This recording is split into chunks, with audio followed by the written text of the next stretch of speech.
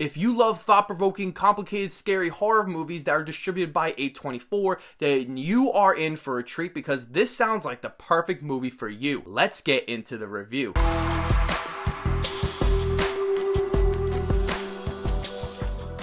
Welcome back to the channel. This is Let's Be Real with Brad. I talk about movies, TV shows, and all sorts of interesting, exciting videos here on the channel. If this is your first time on the channel, hit that subscribe button and drop a like on the video as it would be gladly appreciated. Saint Maud is a new A24 psychological horror movie that is technically a 2019 movie because it came out at Sundance Film Festival that year. 2 years later, we finally got this film and it was totally worth it. If you know A24's horror movies, you know you should never watch these trailers because they are very manipulative by appealing to the average moviegoer. Being a massive fan of A24, especially with their horror films. If you haven't been a fan of A24's previous horror films, then you should take a big pass on this one because you will hate it just as much as the other ones. As for myself, I think this is such a great movie that I wish I was able to see in a theater. This film can capture the horrifying psychotic state of someone who deals with emptiness and a tragic form of loneliness. Adding the revolting and terrifying religious aspect into the film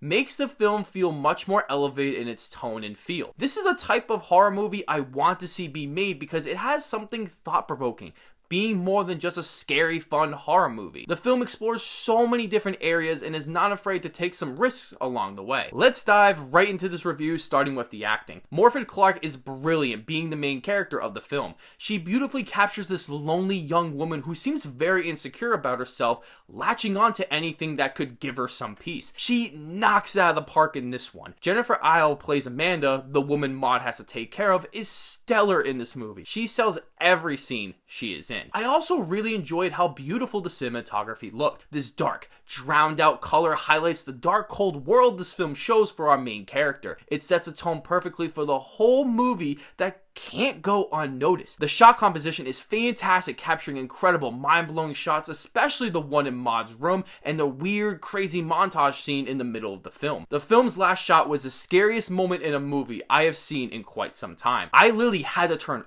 all my lights on when the movie ended because I was freaked out by what had happened. One of the most significant aspects people want to know going into a horror movie is if this movie is scary. To me, I'll say, yes, this movie is pretty frightening and made me feel extremely uncomfortable. It does have some stupid fake jump scares throughout, but mostly it is a very dark and creepy atmosphere. I personally don't find movies that rely on jump scares to be all that scary in my opinion. The story is pretty good as I really love the unpredictable way this story was told halfway through. It becomes a different movie that I really appreciated that would make more sense in the future. I love how the film never gives you a clear answer to what is happening, making the film 100 times more interesting. That's why I think this movie has a high rewatch value. I found the writing to be very smart and clever with making you think and feel uncomfortable all in one. The film likes to frustrate you because it gives you the most minimal exposition possible to keep you engaged, but still can find out the mysteries of what this movie is trying to say. It sounds like Rose Glass took the time to make sure this whole movie fit together, so on rewatch, you would discover more than you did the first time. For a directorial and a writing debut, this was mightily impressive. The music was very haunting, fitting perfectly for this movie. I didn't find it to be utterly memorable, as at times it felt like it was something I have heard before, but it made the scary scenes so much more terrifying in a non-manipulative way. As for negatives, there are many sections of this movie that I felt they dragged out quite a bit. If I was more invested in our main character, I don't think this would have been an issue. Unfortunately, this issue stood out like a sore thumb. This is also an issue when the film is already short, being an hour and